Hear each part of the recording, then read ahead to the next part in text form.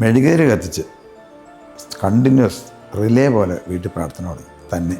അപ്പോൾ ഞാൻ കളിയാക്കും, അത് ബാർ ഹോട്ടൽ നിർത്താനുള്ള പ്രാർത്ഥനയാണ് ഈ നടത്തുന്നത്. അപ്പോൾ ചാരായം നിരോധിച്ച വർഷമാണ് 96. അപ്പോൾ ആ കൊല്ലം എന്തെങ്കിലും കച്ചവടം തുടങ്ങിയിട്ടുള്ളൂ.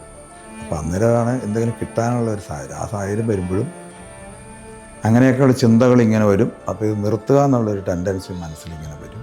അങ്ങനെ ഇരുന്ന് എനിക്ക് വിട്ടുകളയാൻ തോന്നും. അപ്പോൾ ഒരു വലിയൊരു ടൈറ്റ് മനസ്സിൽ വേണോ വേണ്ടേ. കണ്ണിങ്ങനെ അടുത്തിരുന്നപ്പോൾ എൻ്റെ രണ്ടാമത്തെ മോളിങ്ങനെ നിൽക്കും, നിനക്ക് ഇത് വേണോ അത് വേണോ എന്നൊരു ക്വസ്റ്റ്യൻ. ഭർത്താവേ ഞാൻ നിർത്തിയിരിക്കണമെന്ന് പറഞ്ഞു. മദ്യവ്യാപാരം, അതായത് കള്ളുഷാപ്പുകളും ഒക്കെ നടത്തിയിരുന്ന ഒരു വീട്ടിലെ 1ാം ക്ലാസ് മുതൽ ഇതെല്ലാം കാണുന്നതാണ്.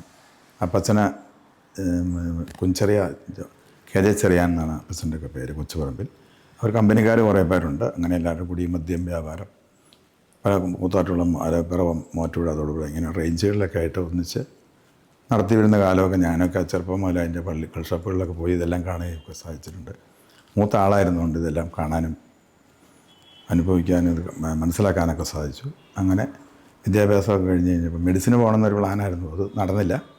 അപ്പോൾ പിന്നെ അങ്ങനെയാണ് പിന്നെ ഡിഗ്രി തേവര പോയി. തേവര എല്ലാം കഴിഞ്ഞ് അപ്പച്ചൻ്റെ കമ്പനിക്കാരും ഒക്കെ ആയിരുന്നവരൊക്കെ കൂടി ഞങ്ങൾ എലാബറേറ്റ് ചെയ്തു. മലബാർ ഏരിയ, തിരുവനന്തപുരം, അങ്ങനെയുള്ള പല സ്ഥലങ്ങളിൽ ഓരോ വർഷവും റേഞ്ച് അടിസ്ഥാനത്തിൽ കള്ള് ചാരായമൊക്കെ നടത്തി വന്നിരുന്നൊരു കാലഘട്ടം.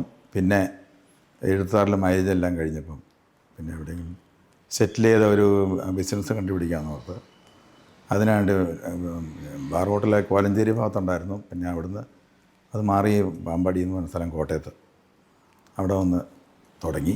അപ്പോൾ അത് 84 മുതൽ കോട്ടയത്ത് താമസിക്കുകയാണ്. അപ്പോൾ 84 12 വർഷം 96 വരെയൊക്കെ ആ ബിസിനസ് നടത്തി. അപ്പം അങ്ങനെ ഇരിക്കുമ്പം ഈ എൻ്റെ വൈഫ് കല്യാണത്തിന് ശേഷം പറയുമായിരുന്നു, നമുക്ക് ഈ പണി വേണ്ട, ഇത് ഗുണമില്ലാത്ത തൊഴില. അപ്പോൾ ഞങ്ങൾക്കും തോന്നിയിട്ടുണ്ട്. കാരണം എന്ന് വെച്ചാൽ ഞങ്ങൾ ഒരുപാട് നടത്തിക്കൊണ്ട സ്ഥലങ്ങളിൽ ഇങ്ങനെ അതിൻ്റെ എല്ലാം തിക്തഫലങ്ങളെല്ലാം ആളുകളുടെ കണ്ടിട്ടുണ്ട്. എന്നാലും നമ്മുടെ കയ്യിലൊക്കെ ഉണ്ടായിരുന്ന ഒരു അനുഭവം, ഞങ്ങൾ ഈ സത്യസന്ധമായ ഇപ്പോൾ കള്ളുഷാപ്പ് നടത്തുമ്പോൾ കള്ളൊക്കെ സന്ധ്യാകുമ്പോൾ അടച്ചാൽ കാണുന്നത്. ചാരായം ഞങ്ങൾ ഒരു കൃത്രിമം ചെയ്യില്ല. 90 കാലഘട്ടമൊക്കെ ആയപ്പോഴത്തേനും എൻ്റെ വൈഫ് ഇത് നമുക്ക് എങ്ങനെയെങ്കിലും നിർത്തണം, ഈ പണി വേണ്ട എന്നൊക്കെ പറഞ്ഞ് തുടങ്ങും. അവളുടെ നിർബന്ധത്തിന് വഴങ്ങി ഒരു പ്രാവശ്യം ഞാൻ 94 ആണ് ഒരു ധ്യാനം ജീവിതത്തിൽ ആദ്യമായിട്ട് ഡിവൈൻ ബോട്ട പനക്കലസ് നാൽക്കൻസിൻ്റെയൊക്കെ ആ ടീമിൻ്റെ ധ്യാനം കൂടിയപ്പോഴാണ് ഞാൻ അച്ഛനോട് പ്രസംഗം കേൾക്കുമ്പോൾ ഞാൻ എൻ്റെ ഒരു പിടിച്ചു നിൽക്കണ ഒരു പോയിൻ്റ്, സത്യസന്ധമായ സാധനം മാത്രമേ വീട്ടിൽ നിന്ന് അല്ല കൊടുത്ത് കണ്ടിട്ടുള്ളൂ. ഇവിടെയും ഇഷ്ടംപോലെ സാധനം കിട്ടും, ചാരായാണെങ്കിലും ബ്രാൻഡിയാണെങ്കിലും ഒരു കൃത്രിമം ചെയ്യാതെ ഇത് കുഴപ്പമില്ലാതെയൊക്കെ എത്തിക്കും. ലാഭമൊന്നും ഉണ്ടാവില്ല, കുഴപ്പമില്ലാതെയൊക്കെ പോകും. അങ്ങനെ പോയിക്കൊണ്ടിരിക്കുമ്പം ഒരു കുഴപ്പമില്ല എന്നോർത്ത് ഇങ്ങനെ പോവുക. സത്യസന്ധത സാധനം ലഭിക്കണേ, പിന്നെ എന്നാ കുഴപ്പം. അങ്ങനെ ഇരിക്കുമ്പോൾ 94 എൻ്റെ വൈഫിൻ്റെ ചേച്ചിയുടെ കോബ്രദർ മരിച്ചു. അതൊരു നിമിത്തമായി. അപ്പം പുള്ളിക്കാരത്തി ആകെ അപ്സെറ്റായി. അത് ഇവിടെ രാമപുരം അടുത്ത് തോമച്ചൻ എന്നൊക്കെ പറയും, അറിയാവുന്നവർ അതൊക്കെ ആയിരിക്കും. അപ്പോൾ ആ പുള്ളിയുടെ വളരെ ചെറുപ്പത്തിൽ ഒരു അറ്റാക്കിലൊക്കെ മരിച്ചു. അപ്പം അങ്ങനെയാണ് ഡിവൈനിൽ ഇതുവരെയും എൻ്റെ വൈഫിൻ്റെ ചേച്ചി അമ്മച്ചി പറഞ്ഞതനുസരിച്ച് അമ്മയുടെ ആഗ്രഹം അതുപോലെയല്ല, പിന്നെ വൈഫിൻ്റെ ആഗ്രഹം 3 പേർക്ക് ഒരു വെടിക്ക് 2 പക്ഷിക്ക് പകരം 3 പക്ഷി എന്നുള്ള ഒരു കണ്ടീഷനിൽ 3 പേരുടെ ആഗ്രഹം സാധിക്കാനായിട്ട് ഞാൻ പോയി. അപ്പോൾ നല്ല ധ്യാനമാണ്, വളരെ ഇഷ്ടപ്പെട്ടു. അപ്പോൾ ഞാൻ പറഞ്ഞു, അപ്പോൾ എന്നോട് ചോദിച്ചു എങ്ങനെയുണ്ട് ഞാൻ, നല്ല എനിക്ക് ഇഷ്ടപ്പെട്ടു, ഞാൻ ഒന്നുകൂടെ വരുന്നുണ്ടെന്ന്. അത് അവൾക്ക് എൻ്റെ വൈഫിന് ഭയങ്കര ഇഷ്ടപ്പെട്ടു. അപ്പോൾ ഇപ്പോൾ അച്ഛനെ കാണാൻ വേണ്ടി ഇവളിങ്ങനെ നിന്ന് കയറി. അപ്പോൾ അച്ഛൻ പനക്കരസിനടുത്ത് കയറി കഴിഞ്ഞപ്പം പറഞ്ഞു, അച്ഛാ ഞങ്ങളുടെ തൊഴിൽ ഇതാണ്, ഈ പണി നിർത്തിയാൽ കൊള്ളാമെന്നുണ്ടെന്ന് പറഞ്ഞു. അപ്പോൾ അച്ഛൻ നോക്കിയപ്പം ചോദിച്ചു, വലിയ കള്ളുകൂടിയും വല്ലായിരിക്കുമല്ലോ എന്നോർത്ത്. ഹസ്ബൻഡ് വന്നിട്ടുണ്ടെന്ന് ഉണ്ടെന്ന് വിളിക്കാൻ പറഞ്ഞു. അപ്പോൾ ഞാനും വന്നു. അപ്പോൾ അച്ഛനിങ്ങനെ അല്ലേലോ യേശുവേ നന്ദി, യേശുവേ സ്തോത്രം എന്നൊക്കെ പറഞ്ഞ് ഒരു പ്രാർത്ഥന, നിനക്ക് നിർത്താൻ പറ്റും, നിൻ്റെ പ്രാർത്ഥന ഭർത്താവ് കേൾക്കും, നീ പ്രാർത്ഥന വരുന്നതിന് പോയി. അത് കേൾക്കാനാണ് അവൾ കയറിയത്. അപ്പോൾ അവൾക്ക് വലിയ സന്തോഷമായി. അങ്ങനെ ഞങ്ങൾ പോകുന്നു. തിരിച്ചു പോരുന്ന വഴിക്ക് ഞാൻ പിന്നെ ഒന്നുകൂടെ വരുന്നുണ്ടെന്ന് പറഞ്ഞു. അപ്പോൾ പിന്നെ എന്നോട് ഒരു കൊല്ലം കഴിയുമ്പോൾ ഇങ്ങനെ നമുക്ക് ഒന്നുകൂടെ പറഞ്ഞ് തുടങ്ങി. അപ്പോൾ പിന്നെ അതിന് നമ്മൾ ഭയങ്കര പ്രയറാണ്. ആ പ്രയർ നടത്തിയ അവസാനം മെഴുകുതിരി കത്തിച്ച് കണ്ടിന്യൂസ് റിലേ പോലെ വീട്ടിൽ പ്രാർത്ഥന തുടങ്ങി തന്നെ. അപ്പോൾ ഞാൻ കളിയാക്കും, അത് ബാർ ഹോട്ടൽ നിർത്താനുള്ള പ്രാർത്ഥനയാണ് ഈ നടത്തണമെന്നൊക്കെ ചോദിക്കും. അങ്ങനെയൊക്കെ തമാശയൊക്കെ പറഞ്ഞ് അങ്ങനെ ഇരുന്ന് ഒരു 1.5 വർഷം പ്രയർ നടത്തിയപ്പോൾ ഒരു ദിവസം എനിക്കൊരു ഇൻസ്പിറേഷൻ ഉള്ളിൽ ഒരു ധ്യാനത്തിന് വീണ്ടും ഒന്ന് പോയേക്കാം. അപ്പോൾ അത് ഡിസംബർ 1 മുതൽ 7 വരെയുള്ള, അത് 96 കാലഘട്ടം. അപ്പോൾ ഈ ബാറിൻ്റെ ലൈസൻസ് മാർച്ച് 31 തീരും. അപ്പോൾ അതനുസരിച്ച് ഡിസംബറിലാണ് ഇതിൻ്റെ ഇത് വരുന്നത്. അങ്ങനെ ആ ധ്യാനത്തിന് പോയി. അവിടെ ധ്യാനത്തിന് ഇരുന്നു. അപ്പോൾ ഞാൻ വളരെ കീനായിട്ട് വേദപുസ്തകമൊക്കെ പറഞ്ഞതെല്ലാം കേട്ട് ഭയങ്കര ഒരു കറണ്ടടിക്കണ ഒരു പ്രതീതി നമ്മുടെ ജീവിതത്തിൽ ഇങ്ങനെ കാലം ഇങ്ങനെ പെരുവരാന്ന് കയറും. അപ്പോൾ അങ്ങനെയൊക്കെയുള്ള ഒരു അനുഭവത്തിൽ ഇങ്ങനെ വളരെ ആക്റ്റീവായിട്ട് വളരെ സ്ട്രോങ് ആയിട്ട് ധ്യാനം കേട്ട് ഇങ്ങനെ ഇരിക്കുക. അങ്ങനെ ഇരുന്ന് കഴിഞ്ഞപ്പോൾ ആരാധനയായി. 5-ാമത്തെ ദിവസം ആരാധനയായി കഴിഞ്ഞ് കഴിഞ്ഞപ്പോൾ ഇതിനിടയ്ക്ക് ഒരു സംഭവം ഉണ്ടായി. ഞാൻ ഈ പള്ളിയിൽ ഇതുവരെ ഒരു നേർച്ച ഇട്ടിട്ടില്ല. അപ്പോൾ ഈ ഡിവൈനിൽ വെച്ച ഒരു പ്രാവശ്യം ഒരു എമൗണ്ട് ഈ അച്ഛൻ ഈ ബെറ്റ് ബൈബിൾ പ്രോജക്റ്റ് എന്ന് പറഞ്ഞൊരു പ്രോജക്റ്റ് ചെയ്യണമെന്ന് പറഞ്ഞു. അതിനാരെങ്കിലും ഇഷ്ടമുള്ളത് ഡൊണേഷൻ കൊടുക്കണം എന്ന് പറഞ്ഞപ്പോൾ ഞാൻ ഒരു രൂപ നേർച്ച എത്തിരാളാണ് ഇതുവരെ പള്ളിയിൽ. എനിക്ക് അന്നേരം എൻ്റെ മനസ്സ് തോന്നി, എന്നാൽ ഈ പ്രോജക്റ്റിനൊരു 10,000 രൂപ ഒരിക്കലും ജീവിതത്തിൽ ചെയ്യാത്തൊരു പരിപാടിയായിട്ട് അത് കൊടുത്ത് അങ്ങനെയൊക്കെ ഒരു അനുഭവം ഉണ്ടായി പോന്നു. അതെല്ലാം കഴിഞ്ഞ് കഴിഞ്ഞാൽ വേണം പിന്നെ 94 കഴിഞ്ഞ് ആ സമയത്താണ് ഇത് 96 ചെന്ന് കൂടി ധ്യാനത്തിനായി വരുന്നപ്പോൾ ആരാധനയുടെ സമയത്ത് ഇങ്ങനെ ഒരു മെസ്സേജ് പോലെ ചെവിയിൽ, നീ ഈ തൊഴിൽ നിർത്തുക. ഞാനിങ്ങനെ നോക്കണ്ട, കണ്ണെനിക്ക് അടച്ചിരിക്കുക, കൈ ഇങ്ങനെ തൊടയിൽ വെച്ചിരിക്കുക. കൈ എടുത്തപ്പോൾ അങ്ങനത്തെ ഒരു ഭയങ്കര അനുഭവം. അപ്പോൾ ഇതെന്നാന്ന് ഓർത്ത് എനിക്കൊരു പിടിയും കിട്ടണില്ല. അങ്ങനെ ഇരുന്ന് കുറേ ഈ തൊഴിൽ നിർത്താമെന്നൊക്കെ പറഞ്ഞ് അങ്ങനെ ഒരു വലിയ ടഗ് ഓഫ് വാർ, ദാവീദ് ഗോലിയാത്ത് യുദ്ധം പോലെ ഒരു വലിയ മനസ്സിൽ ഇത് നിർത്തണം എന്നുള്ളത് എൻ്റെ നാക്കയിൽ വരും, പറയാൻ സാധിക്കണില്ല. അപ്പോൾ സാത്താനിക് ഒരു ചിന്ത വരും, നീ എങ്ങോട്ടാ പോണേ, നീ പഠിച്ച പണി ഇതല്ലേ, നിനക്ക് എന്നാ വരുമാനം, വേറെ ഒന്നുമില്ല, എന്തെങ്കിലും കിട്ടണം ഈ കാലഘട്ടം അല്ലേ എന്നൊക്കെ പറയും. അപ്പോൾ ചാരായം നിരോധിച്ച വർഷമാണ് 96. അപ്പോൾ ആ കൊല്ലം എന്തെങ്കിലും കച്ചവടം തുടങ്ങിയിട്ടുള്ളൂ. അപ്പോൾ അന്നേരമാണ് എന്തെങ്കിലും കിട്ടാനുള്ള ഒരു സാഹചര്യം. ആ സാഹചര്യം വരുമ്പോഴും അങ്ങനെയൊക്കെയുള്ള ചിന്തകൾ ഇങ്ങനെ വരും. അപ്പോൾ ഇത് നിർത്തുക എന്നുള്ളൊരു ടെൻഡൻസി മനസ്സിലിങ്ങനെ വരും. അങ്ങനെ ഇരുന്ന് എനിക്ക് വിട്ടുകളയാൻ തോന്നും. അപ്പോൾ ഒരു വലിയൊരു ടൈറ്റ് മനസ്സിൽ, വേണോ വേണ്ടേ, അങ്ങനെ ഒരുപാട് അനുഭവം ഉണ്ടായി. അവസാനം വന്നു കഴിഞ്ഞപ്പോൾ വിഷൻ എന്ന് പറയണ പോലെ, അല്ലെങ്കിൽ മെസ്സേജ് എന്ന് പറഞ്ഞാൽ മനസ്സിലായി, ഇങ്ങനെ നീ തൊഴിൽ നിർത്തുക എന്ന് പറഞ്ഞത്. അപ്പോൾ വിഷൻ എന്ന് പറയണത് എന്നാന്ന് കണ്ണിങ്ങനെ അടുത്തിരുന്നപ്പോൾ എൻ്റെ 2ാമത്തെ മോളിങ്ങനെ നിൽക്കും, നിനക്ക് ഇത് വേണോ അത് വേണോ എന്നൊരു ക്വസ്റ്റ്യൻ.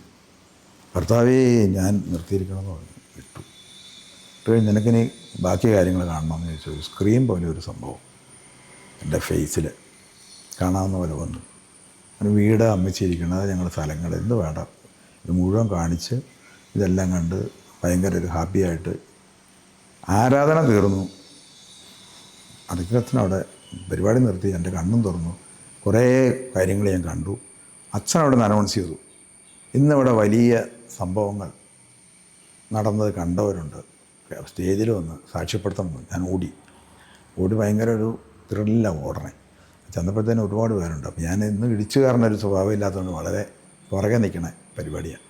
അങ്ങനെ അവിടെ നടന്നില്ല. അപ്പോൾ അച്ഛൻ പറഞ്ഞു, ഇനി അതിന് അവസരം കിട്ടും, അന്നേരം നിങ്ങൾക്ക് പറയാൻ കിട്ടും എന്നൊക്കെ പറഞ്ഞു. അങ്ങനെ ഒരു പ്രാവശ്യം ഒരു കുറച്ച് കാലങ്ങൾക്ക് മുമ്പ്, വർഷങ്ങളിൽ ഞങ്ങളിപ്പോൾ ഇത് 7 പേരിങ്ങനെ മദ്യം നിർത്തിയവരുണ്ടായിരുന്നു. അതിനകത്ത് അത് ഒരു ശാലോം TV വന്ന് വീട്ടിൽ വന്ന് ഇതെല്ലാം എൻ്റെ വൈഫിൻ്റെ എൻ്റെ അനുഭവം കൽഭരണികൾ എന്നുള്ള ഒരു സീരിയലിൽ കൂടി അത് മുഴുവൻ ഇതുപോലെ ഹിസ്റ്ററിയൊക്കെ ചോദിച്ചവർ പോയി. അതിങ്ങനെ ഒരുപാട് കറങ്ങി. അപ്പോൾ അന്നേരം സെൻ്റ് ആൻ്റണീസ് ദേവാലയത്തിൽ പോയി. അവിടെയെല്ലാം ഇതുപോലെ അച്ഛൻ്റെയും ശുശ്രൂഷകളെല്ലാം ഇവർ വന്നെടുത്തു. പിന്നെ പുത്തനങ്ങാടി സ്നേഹഭവൻ, ഞങ്ങളവിടെയൊക്കെ പോകണം പ്രാർത്ഥനയൊക്കെ ആയിട്ട്. അപ്പം അങ്ങനെയുള്ള സംഭവങ്ങളൊക്കെ നിങ്ങൾ എന്താ ചെയ്യണം, ഇവിടെയൊക്കെ ഞങ്ങൾ ശുശ്രൂഷയ്ക്ക് പോകാറുണ്ടെന്നൊക്കെ പറഞ്ഞ് അവിടെ അച്ഛനന്മാരെല്ലാമായിട്ട് ബന്ധമാണ്. അപ്പോൾ ഇവിടെ ഈ അതിനിടയ്ക്ക് എനിക്ക് ഈ ബൈബിൾ കൺവെൻഷന് ഭയങ്കര താല്പര്യമുള്ള കൂട്ടത്തിൽ. എന്ന് വെച്ചാൽ ഞാൻ ഈ ഡിവൈൻ പോട്ടയുടെ കൺവെൻഷനിൽ അവിടുത്തെ അതിന് പോയി എനിക്കൊരു വലിയൊരു വെളിച്ചം കിട്ടിയുണ്ട്. എനിക്ക് ഏറ്റവും വലിയൊരു താല്പര്യമായിരുന്നു ഈ വചനം കൊടുക്കുക എവിടെയാണെങ്കിലും. അപ്പോൾ എവിടെ നടത്തിയാലും ഞാൻ അവിടെ പോയി ഇതെല്ലാം കൊണ്ടുവന്ന് ആളുടെ അറിയിച്ച് പോകാൻ പറയും. അങ്ങനെ ഞങ്ങളൊരു 40 കൊല്ലത്തെ Bible convention Kottayam Catholic movement എന്നുള്ള കൺവെൻഷന് അതിന് കൂടെ മിത്രന്മാർ 3 രൂപതയെല്ലാം കൂടി ചെയ്യുക, 100 പള്ളികളിലാണ് കൂടി ചെയ്യുക. അപ്പോൾ അങ്ങനെ എല്ലാ കൊല്ലം നടത്തി ആ കൂടെ ഒക്കെ നടന്ന് ഈ ബൈബിള് എനിക്ക് ദാനമായി കിട്ടിയ വചനം ദാനമായി കൊടുക്കാം എന്നുള്ള ഒരു ചിന്തയിലാണ് ഈ ബൈബിൾ കൺവെൻഷൻ നടത്താൻ മെനക്കെട്ട് നടക്കും. അപ്പോൾ അങ്ങനെ വരുമ്പോൾ ഈ ഇവിടെ കരിസ്മാറ്റിക് മൂവ്മെൻറ്റ് തുടങ്ങി. അപ്പോൾ അതിനകത്തൊക്കെ ഞാൻ അതിൻ്റെ കോർഡിനേറ്ററൊക്കെ ആയിട്ട് വന്നു. കുറേ പേര് അങ്ങനെ ഞങ്ങൾ ഒരു കൂട്ടായ്മ പ്രാർത്ഥന ഇതെല്ലാം ഇങ്ങനെ ഇതിനോട് തീവ്രമായ ഒരു ആഗ്രഹം പ്രാർത്ഥനയോടും അങ്ങനെയെല്ലാം കൂടുകയും അതിനെല്ലാം സംഘടിപ്പിക്കുക കോർഡിനേറ്റ് ചെയ്യാനെല്ലാം കൂടി അങ്ങനെ അതിൻ്റെ കോർഡിനേറ്ററായിട്ടൊക്കെ വന്നു. അപ്പോൾ അവരെല്ലാം ഇപ്പോഴും എൻകറേജ് ചെയ്ത് നല്ലൊരു ടീമൊക്കെ ഞങ്ങൾക്ക് ഇവിടെ കരിസ്മാറ്റിക് കോട്ടയത്തിനൊക്കെ ഉണ്ടാക്കാൻ പറ്റി. കാത്തലിക് മൂവ്മെൻറ്റിൻ്റെ ഞാൻ അതിൻ്റെ കൂടെ എക്സിക്യൂട്ടീവ് സെക്രട്ടറി ആയിട്ട് പിതാക്കന്മാർ വേണമെന്നും പറഞ്ഞ് അതിനകത്താക്കി. അങ്ങനെ ഞങ്ങൾ ഒരുപാട് കാര്യങ്ങൾ വചനം കൊടുക്കാൻ സാധിച്ചു. അങ്ങനെ ഇരിക്കുമ്പോൾ ഈ മദ്യത്തിന് എതിരായ കുറേ വചനങ്ങൾ അപ്പോൾ ഞങ്ങളൊരു 7 പേര് നിർത്തിയവരുണ്ടായിരുന്നു. അതിൽ ഔസേപ്പച്ചൻ പുതുമന, ഔസേപ്പച്ചൻ ചെറുനിലം, പിന്നെ സീറ്റ്ലി ഫിയാത്ത് മിഷൻ അവർ കുടുംബമായിട്ട് മദ്യവ്യാപാരമായിരുന്നു. അതുപോലെ തന്നെ ബാബുരാജ് തോട്ടത്തിൽ പെരിയാർ ഹോട്ടൽ, പിന്നെ ചാക്കോച്ചേട്ടൻ ഷിമോഗ മൈസൂർ, ഇങ്ങനെ ഞങ്ങളെല്ലാം ഒരുമിച്ച് കൂടുകയും പ്രാർത്ഥിക്കുകയും കൂട്ടായ്മയൊക്കെ ആയിട്ട് വരികയും. അപ്പോൾ ഞങ്ങളിങ്ങനെ ഒരു വചനത്തിന് ബൈബിളിലുള്ളത് 87 വചനം ഞങ്ങളെ അടിച്ചെല്ലാം ഒരുപാട് കൺവെൻഷനുകളെല്ലാം കൊടുത്ത് ഒരുപാട് പേരെ മദ്യം നിർത്തിയവരും കൂടി അവസാനിപ്പിച്ചവരൊക്കെ ഒരുപാട് പേരെ കാണാൻ സാധിച്ചിട്ടുണ്ട്. അപ്പോൾ അതിന് വേണ്ടിയിട്ടുള്ള ഒരു വലിയ മൂവ്മെൻറ്റ് നമുക്ക് പറ്റാവുന്ന വചനത്തിൽ കൂടി ആളുകൾക്ക് മാനസാന്തരം കൂടി നിർത്താൻ സാധിച്ച ഒരുപാട് പേരെ കാണാനും പരിചയപ്പെടാനും ഒക്കെ സാധിച്ചിട്ടുണ്ട്. അപ്പം അങ്ങനെ ആ ഒരു ശുശ്രൂഷ മേഖലയിൽ നടക്കുമ്പം എന്നെ സംബന്ധിച്ച് എനിക്ക് 2 അനുഭവം. അപ്പോൾ ആളുകൾ പറയും നീ ഇത്രയും ശക്തമായ പ്രാർത്ഥന നടക്കുമ്പോൾ എനിക്ക് ബിൽറൂബിൻ എന്ന് പറയുന്നത് 22-21 പോയിൻ്റ് വന്നയാളാണ്. അതായത് ഞാൻ ഈ കാണുന്ന 71 കിലോ വെയിറ്റ് ഉണ്ടെങ്കിൽ 50 കിലോ പോയി തിരിച്ചു വന്നതാണ്. ഹീസ് നോ മോർ എന്ന് അനൗൺസ് ചെയ്തതാണ് ഡോക്ടർ ചെമ്മനം. അപ്പോൾ അതിൽ നിന്ന് ഒരു 96 കാലം, അതിൽ നിന്ന് മറ്റിപ്പോൾ 30 വർഷമായി. 10 വർഷം 2016 ഇവിടെ വോക്കൽ കോഡ് ക്യാൻസർ വന്നയാളാണ് ഞാൻ. അപ്പോൾ അതിൽ നിന്നും കർത്താവ് വിടുതൽ തന്നു. അപ്പോൾ രോഗശാന്തി എന്നാണെന്നറിയാം. എൻ്റെ സൗണ്ട് ഇപ്പോൾ ഈ പറയുന്ന സൗണ്ട് പോലും പോയതാണ്, തിരിച്ചു വന്നതാണ്. അപ്പോൾ ഇങ്ങനെയുള്ള കാര്യങ്ങളും ഈ കൂട്ടത്തിൽ ഈ അനുഭവത്തിൽ വന്ന് ഈ ബൈബിളിലും ഒക്കെ അടിസ്ഥാനമായ നടക്കുമ്പോഴും ഇങ്ങനെയുള്ളതെല്ലാം കിട്ടി. അപ്പോൾ അതിലെല്ലാം ഒരു ശുഭാപ്തി വിശ്വാസം കൈവിടാതെ പ്രാർത്ഥനയിൽ ദൈവം തിരിച്ചു തരും എന്നുള്ള വിശ്വാസത്തിൽ മുമ്പോട്ട് പോയി. അപ്പോൾ അത് ഇപ്പോഴും ഞാൻ ഇതിൻ്റെ കൂടെ എല്ലാ പരിപാടികൾക്കും ഈ ധ്യാന കേന്ദ്രങ്ങളിൽ വട്ടായലസിൻ്റെ കൺവെൻഷന്, മനക്കിലച്ച് നാക്കിമുഴുസൻ്റെ കൺവെൻഷൻ 2 വർഷം മുമ്പ് ഫുൾ ടീം വന്ന്. അപ്പോൾ അന്ന് പറഞ്ഞ പോലെ നിങ്ങളെ കർത്താവ് ഒരു സമയങ്ങളിൽ അത് വേണ്ടടുത്ത് ഉപയോഗിച്ചോളൂ എന്ന് പറഞ്ഞ പോലെ കൽഭരണിക്ക് കൂടെ ഞങ്ങൾ ഈ കഥയെല്ലാം പറഞ്ഞ് 7 പേരുടെ ഷൂട്ട് ചെയ്ത് കൊടുക്കാൻ സാധിച്ചു. ഇപ്പോൾ അതിനുശേഷം പിന്നെയും ഇത് ഓരോ കാര്യങ്ങൾ ചോദിച്ചിങ്ങനെ വരുന്നു. അതെല്ലാം നമ്മൾ കൊടുത്തിങ്ങനെ പറഞ്ഞും അനുഭവങ്ങൾ ഷെയർ ചെയ്തും ഇപ്പോൾ ഈ ഇങ്ങനെയൊക്കെ നടക്കുമ്പോഴുള്ള ഗുണം എന്നാന്ന് വെച്ച് കഴിഞ്ഞാൽ നമുക്ക് ഏതിലേയും യാത്ര ചെയ്യാം. എത്ര സ്ഥലങ്ങളിൽ ഉറക്കളച്ചാലോ ഭക്ഷണം കഴിച്ചില്ലല്ലോ അല്ലെങ്കിൽ എന്നാണ് ദൈവസന്നിധിയിൽ നമ്മൾ ഒരു സത്യം ധർമ്മ നീതിയിൽ ജീവിച്ചു വരുന്ന ഒരു കാലഘട്ടം. ആ കച്ചവടത്തിൻ്റെ കാലത്ത് അത് ചെയ്തു, ഇപ്പോഴും അത് തന്നെ ചെയ്ത് എത്രയെല്ലാം ആളുകൾക്ക് വചനം കേൾപ്പിക്കാൻ അവസരമുണ്ടോ, ദൈവവചനം ബൈബിള് കൊടുക്കാനുള്ളതായ ഒരു കൂട്ടായ്മയിൽ. അപ്പോൾ ഈ ഞങ്ങളുടെ മറ്റുള്ളവരിൽ 2 പേര് മരിച്ചുപോയി. അതിനകത്ത് പോളിയേട്ടൻ കണിച്ചായി വലിയ ഹോട്ടൽ ബാംഗ്ലൂരൊക്കെ നടത്തിയിരുന്നു, അങ്ങേര് മരിച്ചു.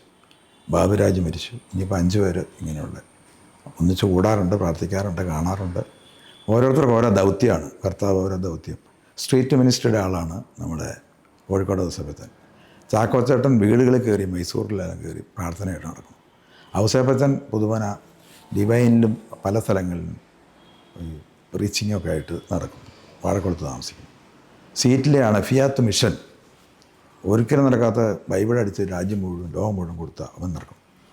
ഞാനൊക്കെ ഇത് കേൾപ്പിച്ചുകൊണ്ട് വേദന പ്രഭാഷണം ഇതിൻ്റെ കൂടെ നമ്മളെക്കൊണ്ട് ചെയ്യാൻ ഞാൻ പറ്റും, അത് മുഴുവൻ ചെയ്തുകൊണ്ട്. അങ്ങനെ ആണ് ഇപ്പോൾ കോട്ടയത്തൊരു താമസമൊക്കെ ആയിട്ട് സന്തോഷമായിട്ട്. എനിക്ക് 3 മക്കളുണ്ട്. 2 പേരെ മക്കളാണ് 2 പേര്. അവരെ കെട്ടിച്ചു. ഒരാൾക്ക് 4 പിള്ളേർ, ഒരാൾക്ക് 1 കൊച്ച്. അവരെല്ലാം +2 ആയി. അവരൊക്കെ അഡ്മിഷനെല്ലാം കിട്ടി. എല്ലാം ദൈവത്തിൻ്റെ കാരണം കൊണ്ട് എല്ലാ കാര്യങ്ങളും നടക്കുന്നു. അതുപോലെ തന്നെ എൻ്റെ മോനുണ്ട്, അവന് എൻ്റെ കൂടെയുണ്ട്, എൻജിനീയറിങ് കഴിഞ്ഞ്. അങ്ങനെയൊക്കെ ഞങ്ങൾ സന്തോഷമായിട്ട് ഇങ്ങനെ പോകുന്നു. അങ്ങനെ ഒരു വലിയ അനുഭവമാണ് ജീവിതത്തിലുണ്ടായത്. അപ്പോൾ ഇപ്പോഴത്തെ ഈ കാലഘട്ടത്തിലെ ഈ മദ്യത്തിനെതിരായി ശക്തമായ തൂഫാൻ ഇപ്പം ചെന്നിത്തല മിനിസ്ട്രി, ഇപ്പോഴത്തെ സതീശൻ മിനിസ്ട്രി, ഞങ്ങളൊക്കെ തേവര പഠിച്ചുകൊണ്ട് അവിടെ നിന്നാണ് ഇപ്പോൾ 3 വന്നേക്കണേ. Satheesan from Thevara college, junior വളരെ പറയുന്നുണ്ട്, ഞങ്ങളൊക്കെ പഠിച്ചു. റോജി എം ജോൺ അടുത്തയാൾ, Abu John Joseph, P Joseph, ഇവരെല്ലാം അവിടെ പഠിച്ചു. അങ്ങനെ അബുവും ദൈവവും ഉയർത്തി ആ പ്രദേശത്തുള്ള ആ ഏരിയയിൽ മുഴുവൻ. ഇപ്പോൾ അതിനും ഇപ്പോൾ ഒരു യൂണിവേഴ്സിറ്റി ഉണ്ടാക്കണം എന്ന് CMA അച്ഛന്മാരെല്ലാം ആഗ്രഹിച്ച് നടക്കുന്നുണ്ട്. ഡീംഡ് യൂണിവേഴ്സിറ്റി, ഓട്ടോണോമസ് കോളേജായി തേവര. ഞങ്ങൾ അലൂമിനിയിൽ അതിൻ്റെ എല്ലാം കൂടെ ശക്തമായിട്ട് നിൽക്കാനുണ്ട്. ഇത്തവണ അതൊക്കെ പ്രാർത്ഥനയിൽ വെച്ചിരിക്കുകയാണ്. ഒരു ഡീംഡ് യൂണിവേഴ്സിറ്റി ഉണ്ടാകട്ടെ എന്ന് പ്രാർത്ഥിക്കുക. CMAക്കാരുടെ ഞങ്ങളവിടെ നിന്ന് ആളുകളാക്കിയതും മിടുക്കരായതും വീട്ടിലും CMA വിൻസച്ചൻ കൊച്ചുപറമ്പിൽ അച്ഛനും ഉണ്ട്. അങ്ങനെയല്ല, പ്രാർത്ഥനയുടെ ജീവിതം സന്തോഷമായിട്ട് പോകണം. ഈ മദ്യത്തിൻ്റെ ഇതിനു വേണ്ടി ചെയ്യാവുന്ന എല്ലാ പരിപാടികളുടെയും കൂടെ ഉണ്ട്. അതുകൊണ്ട് ഇതൊരു പ്രാർത്ഥനയ്ക്ക് പവറുണ്ടെന്ന് എൻ്റെ വൈഫ് കാണിച്ചതാണ് എൻ്റെ ഒരു അനുഭവം. അതിൽ നിന്ന് സത്യസന്ധമായ കച്ചവടങ്ങൾ ഞാൻ പിന്നെ ചില ഐഡിയാസ് ബിസിനസ് നടത്തിയിരുന്നു. അതൊക്കെ ഒരു സാച്ചുറേഷൻ പോയിൻ്റായിപ്പം നിർത്തി. ചെറിയ കച്ചവടങ്ങൾ, കോൺട്രാക്റ്റ് പണി, അങ്ങനെ എന്തെങ്കിലുമൊക്കെ ചെയ്ത് എൻ്റെ മോനുണ്ട്, അങ്ങനെയൊക്കെ പോകുന്നു. അങ്ങനെ എല്ലാം സന്തോഷമായിട്ട് ദൈവത്തിന് സ്തോത്രം.